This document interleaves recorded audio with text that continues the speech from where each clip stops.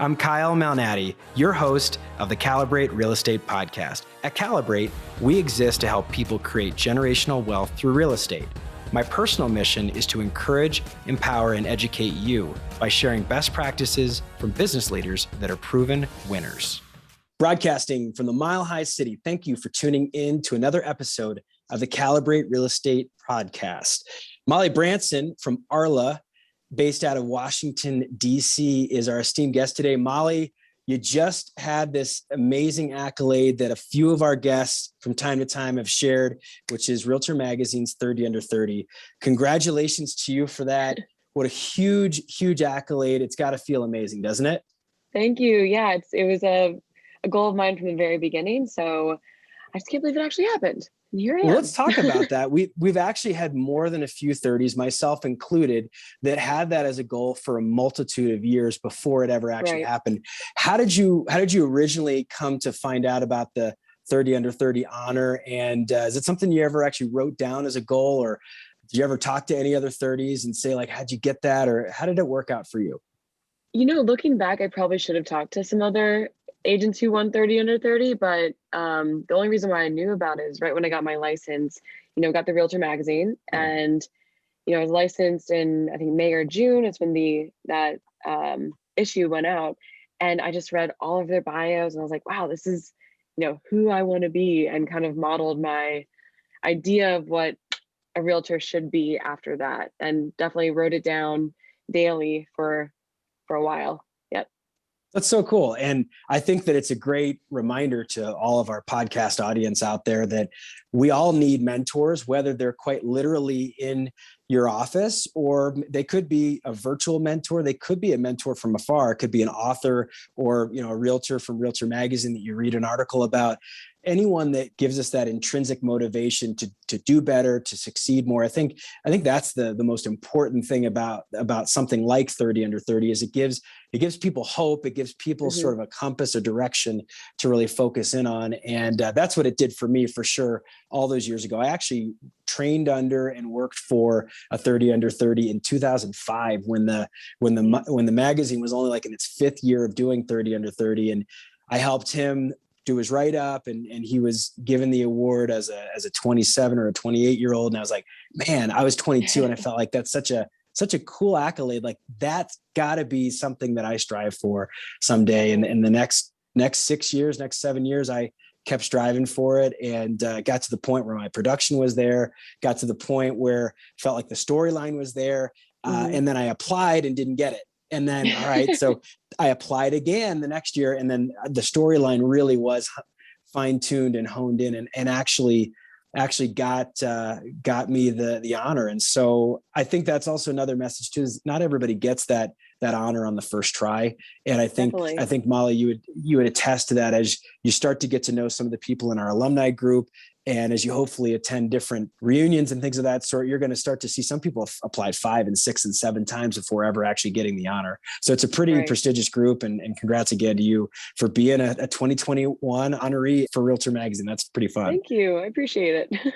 So you don't do that without moving some product. You obviously have a big sales volume, and you're the team lead for District Residential Group. So how have you assembled a team? And teams can be, 50 people, teams can be 3 people. I've been on some pretty small teams. And so what does your team look like? And what type of product do you work on in Washington, D.C.? Yeah, definitely. I mean, the team lead is definitely a new role of mine. The volume for 30 and 30 was just individual for my end. Now it's mainly just myself, one other agent, and a transaction coordinator. And there's definitely been some bumps in the road, lessons learned, because managing people or setting the right expectations is a lot harder than I think people let on. But I'd say primarily the reason why I think my volume and position as a realtor kind of excelled is, I was exposed to development work early on in my career from a mentor of mine. And because of that, that's really become a kind of a niche with developers. So probably half my business is from developers doing condo conversions and everything like that. That's great. And I think that the developer world in real estate is a very, very different type of clientele. A lot of people that are working with individuals, and this is great. I do a lot of this work myself, that you're doing what we call resale, where someone has lived in a property that's their primary residence, or maybe they've owned a one-off property that they want you to sell that's a rental. Working with a developer, you've got to take a different approach. I would imagine probably a higher level. It's a very competitive space. So what are some of the things that you've learned to really get geared into that niche, where you're working with developers that are going to be doing a lot of business, and they've got a lot of options, and they, you know, sometimes they pick you, Molly, and sometimes they pick other people. So what have you learned about those listing proposals, about those presentations, that maybe is a little bit different than working with someone that's kind of just a one-on-one or a solo owner? Yeah, definitely. I mean, it's so interesting because the standard, resale, I work also with a lot of first-time home buyers, and you're right, the dialogue is completely different. With developers, it's a lot more numbers focused. And also you have to know your stuff. You have to know zones. And my favorite part about working with them is, advising on floor plans and advising on finishes. Because I think that's something, if you are a developer, chances are you actually aren't an interior designer, or you're not walking properties day in and day out like a real estate agent is with their buyers, right? So I think if you're able to provide that value and show them what sells and why, that kind of puts you a step ahead. And of course, the team we're on, we also provide our own staging. So we stage all of our listings as well. And I think that that's something that they see as valuable too. You bring up a great point, and it's something that reminds me of a part of my career. I've worked with a lot of developers myself, and my 30 under 30 testimonial or letter of recommendation was from my broker owner at the time, who was, prior to me working at his company, was one of my best clients. He was a realtor that had a 3-person partnership. They had a money person, they had the construction person, and then he was the real estate person. And I felt like that was a really smart partnership, because obviously you need to have money, you need to have equity to make a large development work.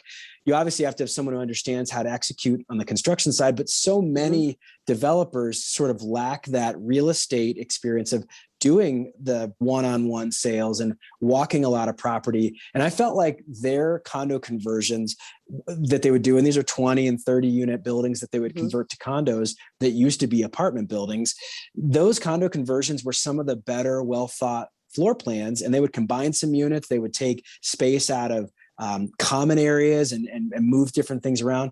They did better design than I've seen in a lot of situations, because they had that resale approach to it, which I find very rare. So that's got to be a good advantage to your clients, that you bring that perspective to them on what sells and what doesn't. Definitely. And I think it's valuable for a realtor because you're at the front lines, right? You're walking through with your buyers, which are exactly the type of person that's going to be looking for that upcoming development. So whenever I'm out with buyers, whether we're walking through new construction or older homes, I mean, I'm in DC, things are built in the 1900s here. But I'm always asking them, okay, if you don't like this, what would you prefer? And just trying to get as much feedback as possible to then help make a better product for the developers on the other side.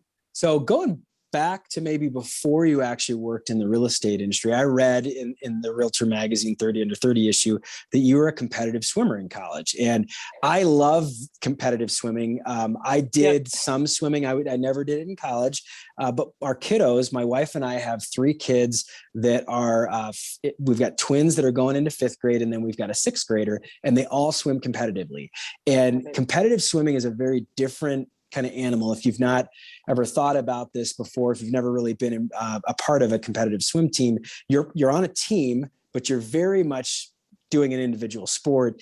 And you're not so much, even though placing is important, you're not so much competing against the person on either side of you in the swimming pool. You're really competing for your personal best. And so how has that experience being a collegiate swimmer really helped you in the real estate space? I mean, I think it's exactly what you mentioned, where it's so much more individual mindset. You are part of a team, and it is very social.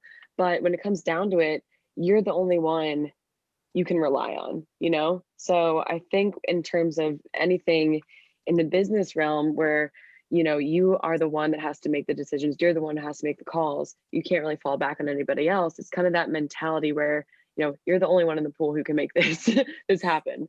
Yeah. Well, and the cool thing about it too is one of my favorite parts of swim meets is relays. And I'm Yes, me sure that too. as a competitive swimmer, you've probably been a part of several really fun relays. And as an individual sport and as such a grind where there's a lot of mental energy, Hmm. because when you're in this envelope of the water, you're really counting your strokes. You've got a lot of time where you're thinking to yourself without really being able to hear everybody. And it's always kind of Right. humorous when people are cheering and going crazy at swim meets, because the swimmers oftentimes can't hear a thing because they're Not a completely thing. underwater. But where I'm going with the relay is the real estate team concept of what did you learn about being a part of relays as it relates to communication, as it relates to passing off from one leg to the next, where hey, I've done my best here, and now I'm leaving it up to someone else that I'm going to sort of delegate the rest of the event to. I'm going to delegate the rest of this assignment to. How has that translated to you in a positive way in the real estate space? Definitely. I mean, I think that is something that a lot of realtors probably struggle with, is just delegating tasks. Because I think a lot of people want to do everything on their own because we're used to doing that. But I think just, developing the trust and understanding that, this person might not do it the way that you did it, but they will get it done in their way. And the most important thing is that it's done, and it's done well. It doesn't have to be the way that you did it. And I think just learning to depend on people, kind of opens up the only way to truly scale in real estate. So yeah. Yeah. Well, and then you graduate from college after a career of swimming, and you're kind of at this crossroads where you want to help a lot of people, but you didn't really feel connected to the traditional 9 to 5 job. So what caused you to want to get into real estate, kind of knowing that I'm not probably the person that wants to be, punching a clock or sitting at a desk in a 9 to 5? Right. I mean, it was kind of the classic saying, I hear so many realtors say this, be like, oh, I'm really social and I like people and I want to help people, but I don't want to do a desk job because we're extroverts, a lot of us. So my plan was to go into nursing. And I was applying for accelerated programs, got my prereqs out of the way. And as I was doing that, I graduated with student debt, and I was looking to acquire more student debt. And it just, it wasn't adding up. And that's why, I was just kind of hit with a memory of always having an interest in real estate as a young kid. And I was like, why did I forget about that? Let me check that out. So I made a few phone calls, met up with some agents, and they all said, the first year, maybe 3 will be really tough, but it's an amazing career. It's kind of, it's all on you, and you make it what you make it. And I thought I was really drawn to that. So that's why I decided, I'm not taking on these student loans. I'm going to counter myself, and we'll go from there.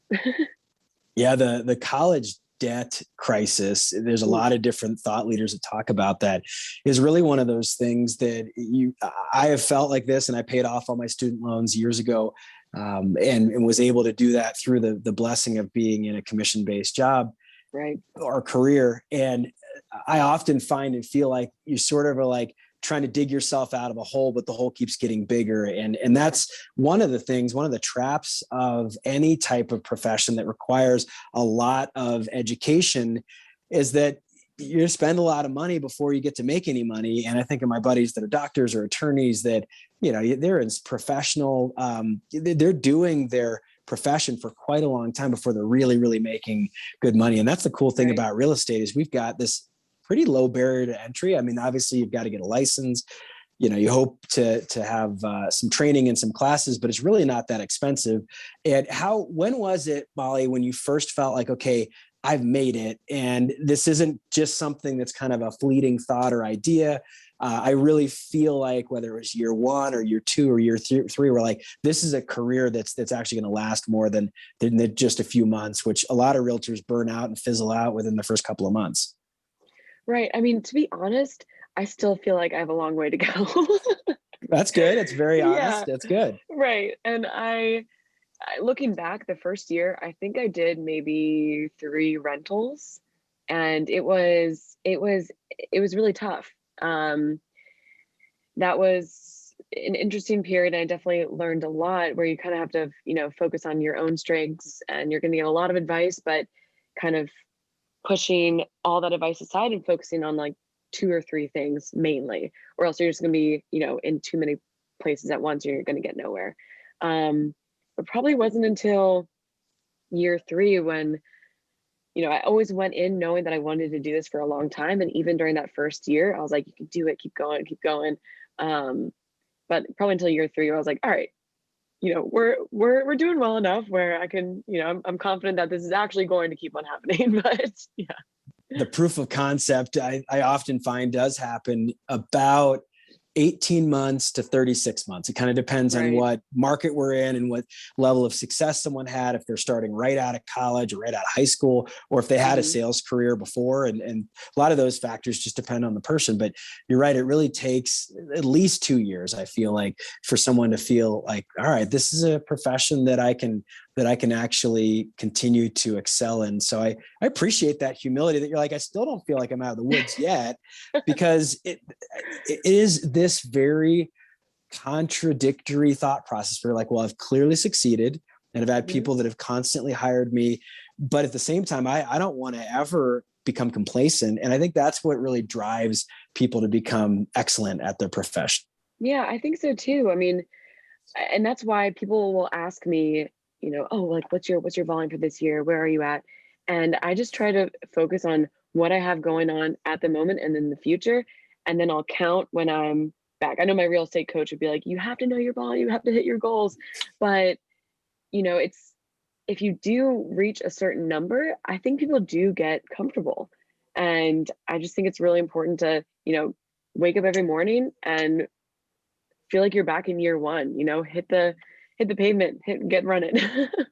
That's great advice. And it's true, because there's an old adage that new levels create new devils. And you've got these issues where you didn't have it as a first or second year producer. You didn't have it as a $5 million producer. Now you've got this new issue that comes up as a $20 million producer or a $30 million producer. And so what, as you think back on your youthful career here, I mean, obviously you've got a lot of long runway ahead of you, but what do you think back as you started to say, okay, I made it past those first 3 rentals and now I'm doing developer work? Where were some of those levels where you're like, all right, I need to add someone to my team, or I need to hire a coach at this certain type of production? What were, if you can think back at some of those things for some of our younger listeners, maybe that they need to be aware of at certain production levels or certain years in the business? I think there was a very clear moment where I had probably 6 deals under contract at once. And I was so stressed out, just trying to manage all the different things. I didn't really have a good system down. So the contingency timelines, I was getting them mixed up and everything worked out well. So if a buyer, seller, past clients listen to this, everything worked, but I was going crazy inside. But I just kind of took myself out of that hole, and I was like, there are agents that have 30 deals under contract at once. You get so kind of in your own little square and you keep on looking down, you got to look up. Like, there are people that do this better and don't have the same stress. So I was like, okay, maybe I do need to hire a contract to close coordinator, which, looking at it like, oh my goodness, that's $500 for contract to close. That's ridiculous. That's insane. I can do all of this. And you can, but how are you going to get to, 10 plus deals under contract at once if you're stuck doing the details? So I think it was at that point where I was like, all right, pay the $500 and, work on getting more business, because agents handle a higher volume and I got to get used to that. Yeah, it's good advice. And the easiest and most logical first hire is that contract to close transaction coordinator. And you can do a lot of that virtually. There's a lot of people out there listening that know that. And I'll say now, as a broker owner of a boutique firm here in Denver, having 3 full-time staffers, and then my wife and myself that are also on the payroll.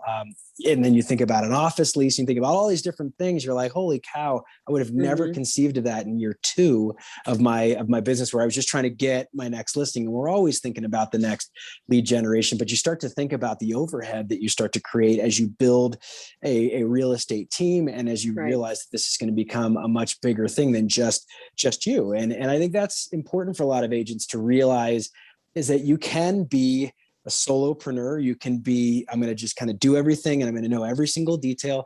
And that will limit you to a certain degree. Your customer service is probably going to be phenomenal, but I would imagine you're going to have a lot more ebb and flow to your business than more of a steady production. And I think that if you're at that point where you're feeling like, I do really, really well, but once my deals close, I'm like, what's next? You probably need to think about being a little bit less involved in some of the tedious parts of the business and really focusing in on the lead generation part of it. So it's great advice, Definitely. Molly. I mean, I'm just on that. It's kind of just knowing what your strengths are, right? So some people, I know one agent in DC, and she's solo, and she's probably going to do 32 million this year, and it's amazing. But she is someone who is very system oriented, and is hyper focused on every single detail. And I am more front facing, meeting people, put me out in the field. Like, I just need to be moving around and meeting new people. Whereas some people are, more like their strength lies in the admin or the transaction close portion. So I think that just went back to like my first year is I tried starting up a blog and, being online. Then I realized that open houses is really where I flourished. So just figuring out and realizing, what am I actually good at? Because you don't have to be good at everything to succeed in this business. And that's a great example of kind of, do I blog or do I build my business through open houses? But have there been other exercises that you've gone through, Molly, that really help you understand what your best strengths are? Have there been different, like personality profiles, or like I said, exercises or guidance that you've gotten professionally that have helped lead you towards understanding what you're really gifted at? I think there are always those personality tests, right? Where you figure out what type of person you are, how you communicate. I'm a big fan of the 5 voices. That's a book. I cannot remember the author for the life of me, but it's a great I've never book. heard of that. That sounds really interesting. Yeah, it's great. I think it's just really a good tool for everyone, no matter what field you're in, because it teaches you what your voice is and how to communicate with other voices and how to identify those other voices. And I found it very helpful when I'm dealing with someone who's my complete opposite on the other side. And it's not like in your eyes, they're like, oh, they're being a jerk, yada, yada. But that's just how they communicate. That's how they view the world. So it's trying to open up, how that person sees different interactions or what they value, and trying to match that or understand that makes the transaction a lot easier. It's a great point, because really there are a lot of people, especially in DC, I think about like the melting pot of all melting pots. You got huge government, huge business. Yep. I grew up in Northern Virginia and in Maryland. And so I've got a heart and an affinity for that area, because it's crazy. You've got DC, which is its own thing. We get taxed, but we're not represented here, and the whole taxation without representation on the license plates. And then you've got Maryland and Virginia, which you get a lot of people coming from the suburbs to work in DC. And my grandparents to this day still live in McLean, Virginia.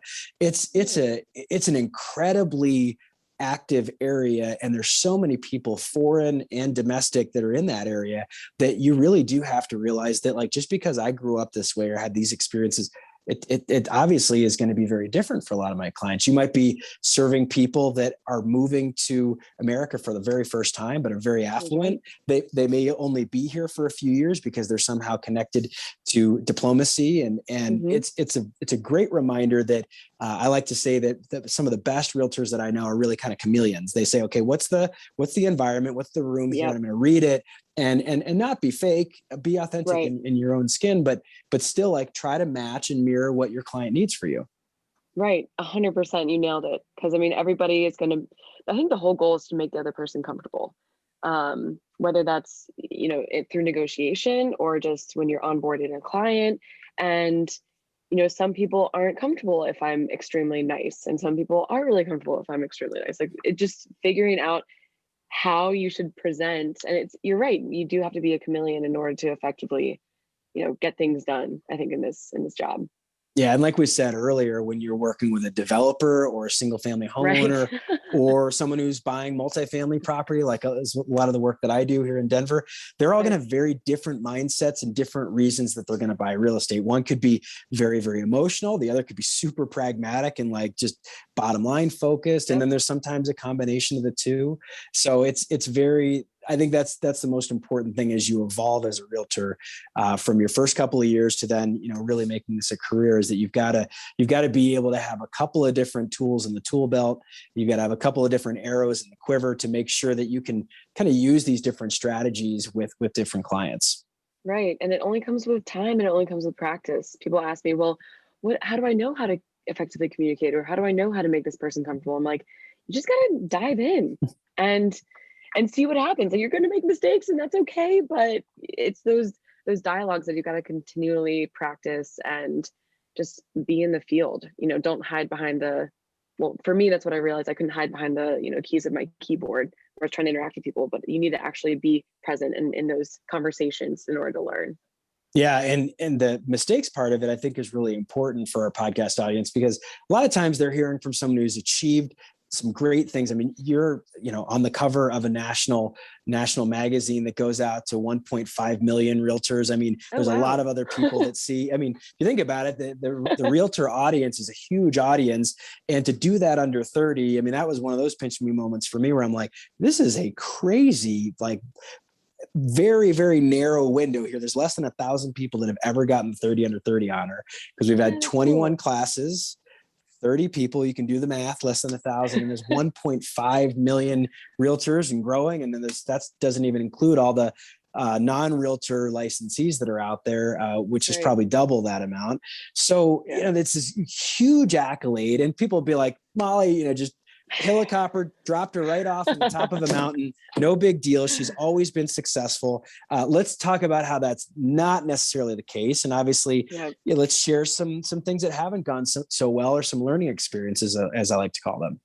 Yeah, definitely. I mean, where do I even begin? There's so many learning curves and bumps in the road. And I think a big thing for me was just how you arrange your day and getting, your actual to-do list down. And I always set timers for myself, because I'm someone who's like a million places at once, but I need to actually 10-minute timers. I learned that from, I think, Hal Elrod or something.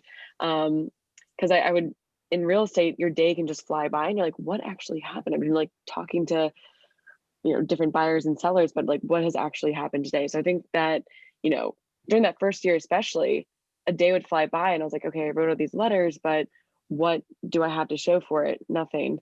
And then also, you just back on communication, just learning how to communicate with listing agents and buyer's agents, and especially your clients, because I've definitely been yelled at and hung up on a lot. And there's a learning curve there. Absolutely. Well, it's one of those things that I feel like the reaction and the follow-up to a failure is probably the most important thing. And you're right. You've got to develop a tough skin. You've got to develop a lot of time management and personal responsibility, because there's no one that's telling you what to do. And frankly, there's a lot of people entering the business every year, and we're all looking for a different angle on the business. So I think it's important reminders for a lot of people on how to differentiate themselves. Molly, we've got 3 questions that we ask all of our guests nearing the end of our show. I'm going to do those sort of rapid fire, but they're deep. So hopefully you're game for those. All right.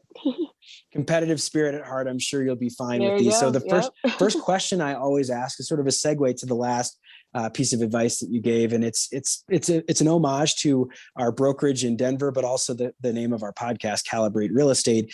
The word calibrate quite literally means to iterate. It comes from the world of science and the world of the military, where people are taking experimental results and they're making these experimental results into a better outcome as they continue to do different trials and different tests. And you sort of think about failure or missteps like a scientist, where you're like, I'm not going to personally burden that. It just didn't quite work out the way that I hypothesized. So I'm going to just make this little adjustment here, this little course correction, and see if that's going to make a different outcome. So I find this advice to be really helpful when people get stuck or in a rut and they're like, I got to step back for a second and calibrate my life.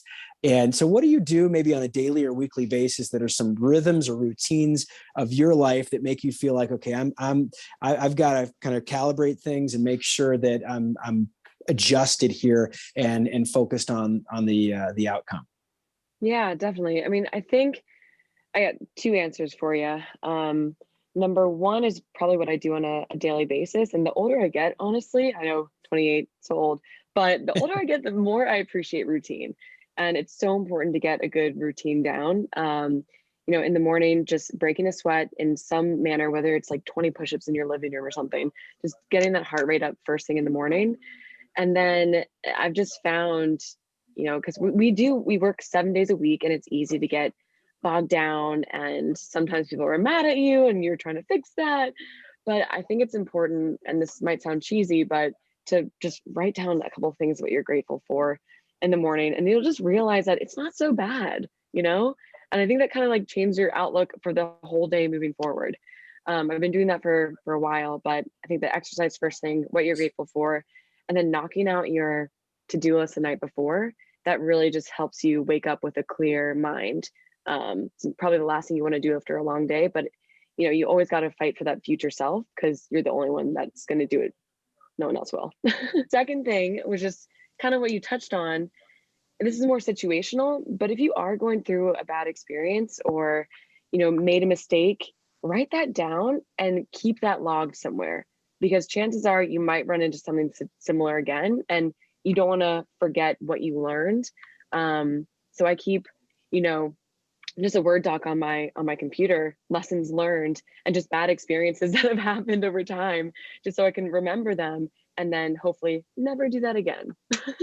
You totally read my mind. I was about to interrupt you, and I was going to say, like, is there somewhere where you log this or document it on a Nice. somewhat daily basis? And so that's awesome. And it doesn't have to be super high tech. I mean, obviously, No. create some efficiency. Use a Word document. But I had a client that I interviewed long before this podcast on Apple Podcasts. I did a YouTube show back 2014, 2015, 2016, where I interviewed my clients in sort of a short, 15-minute, 20-minute interview. It was a lot of investors. And one of my clients, who's a developer that I still interact with, I saw him a few weeks ago, he mentioned that his dad is a super famous developer, and he was kind of the second generation coming up, learning a lot from his dad. He said that they had this sort of book of truisms that they would sort of like document stuff like, well, I learned that, and they write it down. They write it down in this Word doc and just have it as an active thing. Sort of a similar but different comparison. Yeah. I have an assistant coach that I coach lacrosse with, that he updates his sort of mantras of lacrosse every season as he reflects on what happened this past season. Some of it's practice plans, some of it's like principles for lacrosse. And he's like, every year without fail, different teams across different states that I've lived in, I always update this. And it's just sort of this living, breathing document. It's pretty cool. Everybody should have one for every aspect of your life, whether it's relationships or business or spiritual. Even just write down things that you have learned, because you want your future self to remember that. Yeah. So speaking spiritually, we'll have it to be the Book of Molly. It'll be the first, it'll be your Proverbs of Molly. It'll exactly. be great. Yep. So second question, and this is a fun one for me, especially for folks that have gotten the 30 under 30 honor. You mentioned it, 28, I'm literally 10, 11 years older than you. So 28 feels like in the rear view. Let's think back to 22, which is when a lot of people are graduating college and sort of coming of age, and especially in millennial generation and generations to come from that. There's a lot of bad information out there, and then there's a thought leader in the real estate space that a lot of people will know of, named Brian Buffini, that I really Brian. like. Brian's awesome, and I've never met him before, but one of his favorite sayings that I love hearing is Brian will say, we are a world that is drowning in information and starving for wisdom. And so this next question, it's the advice you wish you knew when you were 22. Now that you've lived some life, you've accomplished some major things in the real estate business, but you've got a lot of runway left. What are some things you wish you would have known at the beginning of the journey, right out of college that maybe you've learned now sort of out of the school of hard knocks? Definitely. I mean, there's a lot of things that I could say on this.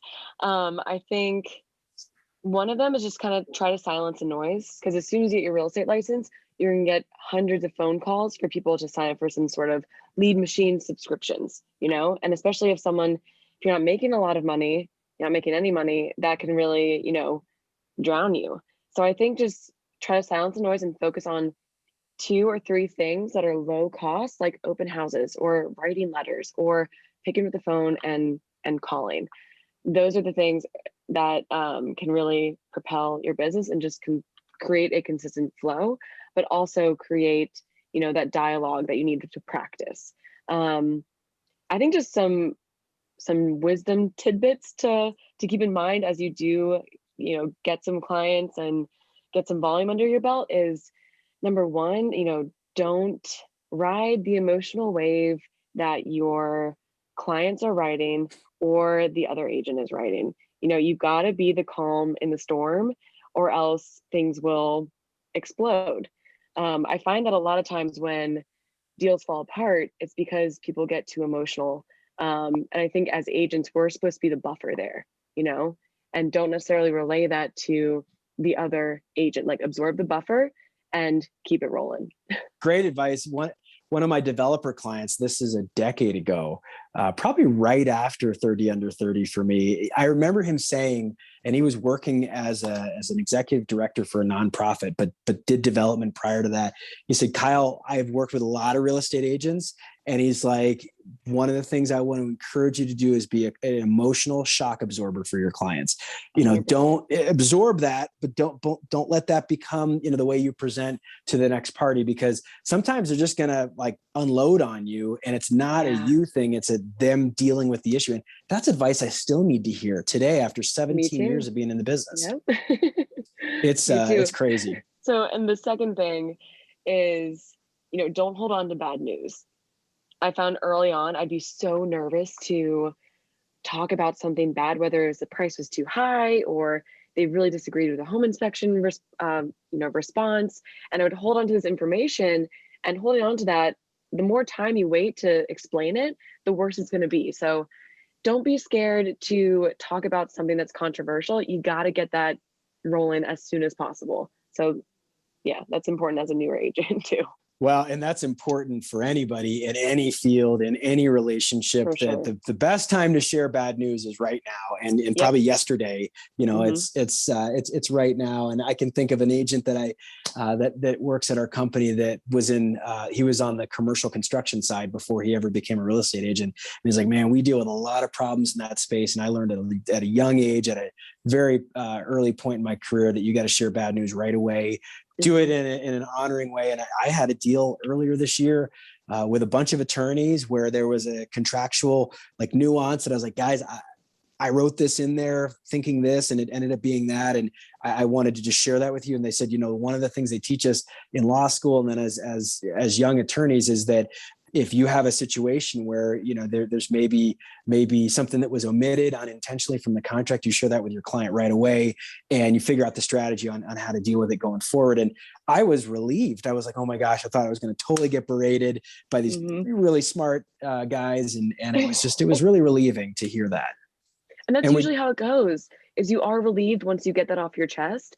And again, it's so much better to talk about it then, because they're like, you knew about this a week ago and you didn't tell me. That's always going to be the response. So yeah, sooner the better. Yeah. And we got the deal closed, so it ended up working out, which is good. Good.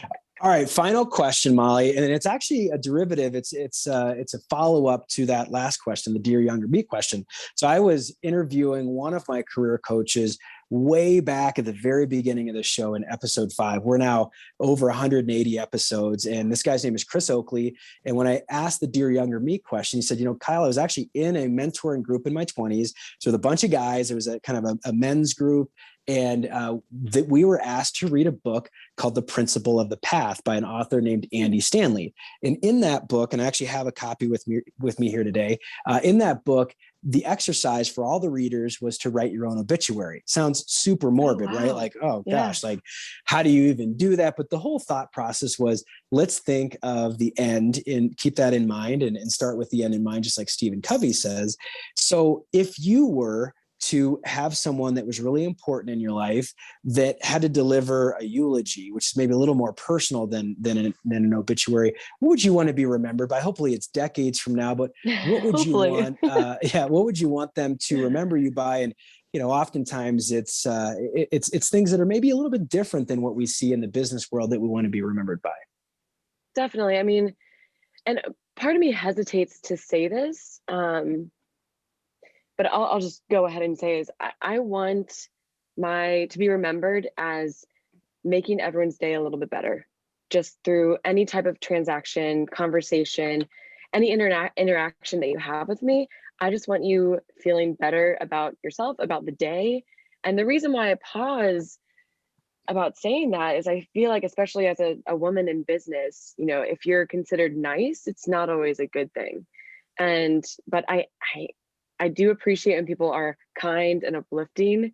And I think early on it's like my natural state is like bubbly, energetic, nice person.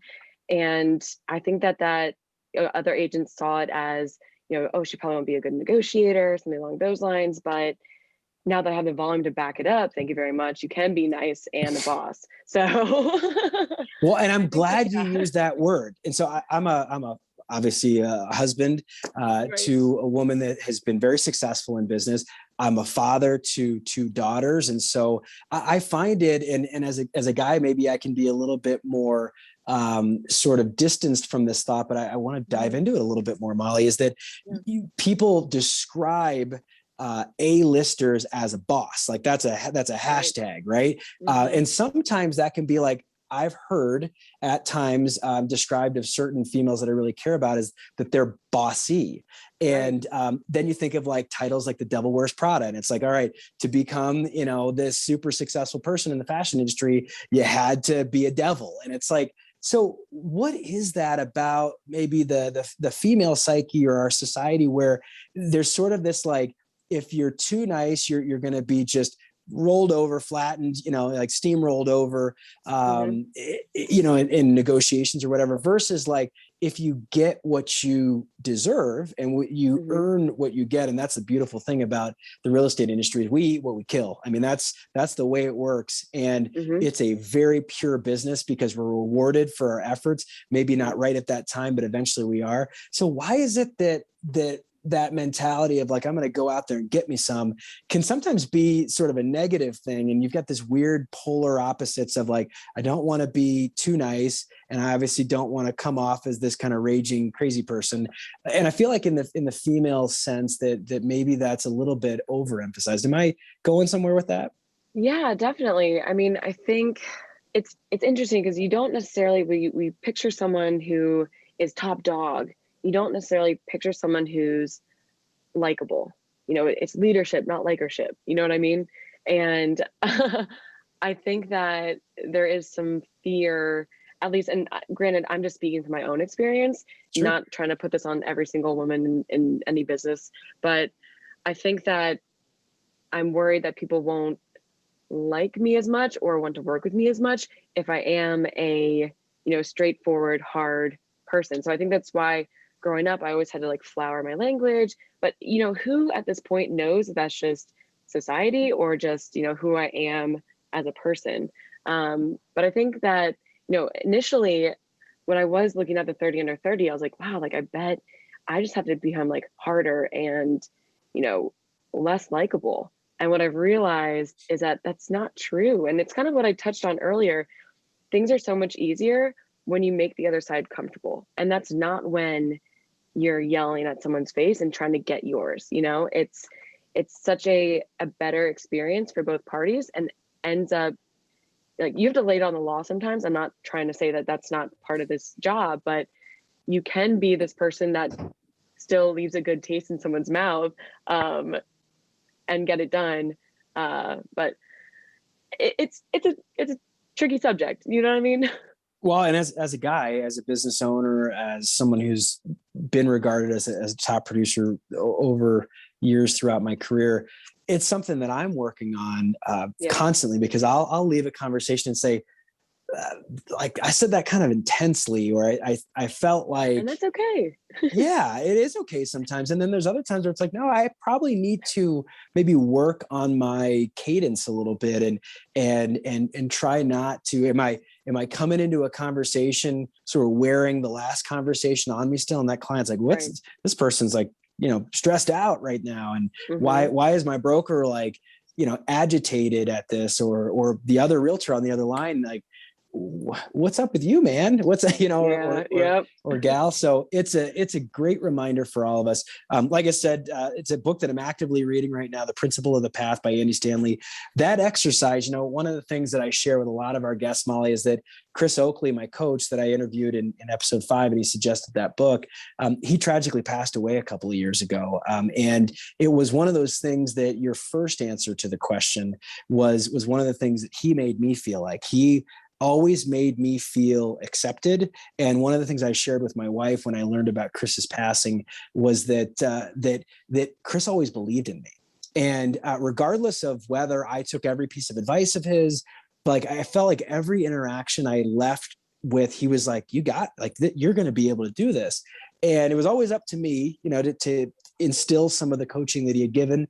But he was just one of those types of people that, is a living, breathing tribute to him, that he just made people feel like they were cared for. And he always felt like, he believed that you were going to achieve what you wanted to do, which I think is a wonderful, wonderful goal. And I think we should all live a life that way, Molly.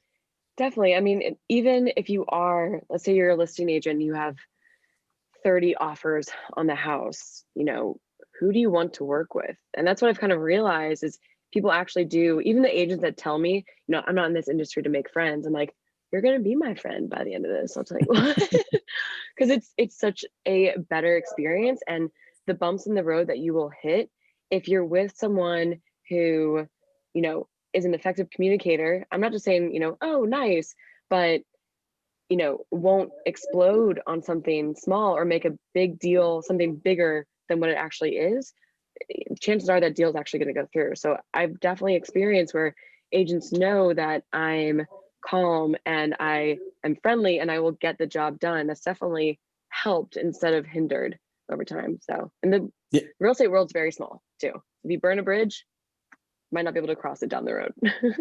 You're absolutely right. And it's a great way to end our show, because it is one of those things that you've got to be thinking of, like, this isn't just a one time, like this is the one deal I work on with that person. Right. If you do it right, you're going to span a career of working with the same agents on multiple transactions over the course of your career. And you're going to work with the same investors. And it's just a great reminder to all of us that, like, end things well, even if they're a little messy, like do what you can to end things well. And Molly, I really love that advice. Thank you so much for being on our show today. Of course. Obviously, huge congrats to you.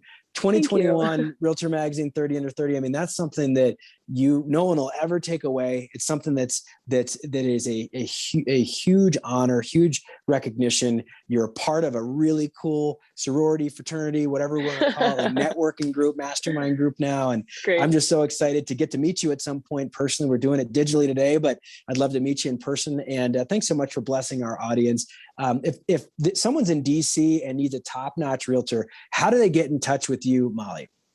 Absolutely. I mean, probably best would be email molly@districtresidential.com. I also communicate a lot on Instagram, surprisingly, Molly Branson Realtor. And our URL is districtresidential.com. So I think all three of those avenues are the best way to reach out. I got a follow coming right at you here on Instagram. I'm newer to Instagram, but yeah, that'll be fun. Molly, thanks so much for being a part of our show. For our podcast producer, Ann Russell, who arranged this interview, thank you so much. To everybody out there listening, thank you so much, Molly Branson, for being a member of our cool Calibrate tribe here. And as I love to say, Molly and I will see you around the neighborhood. Thanks.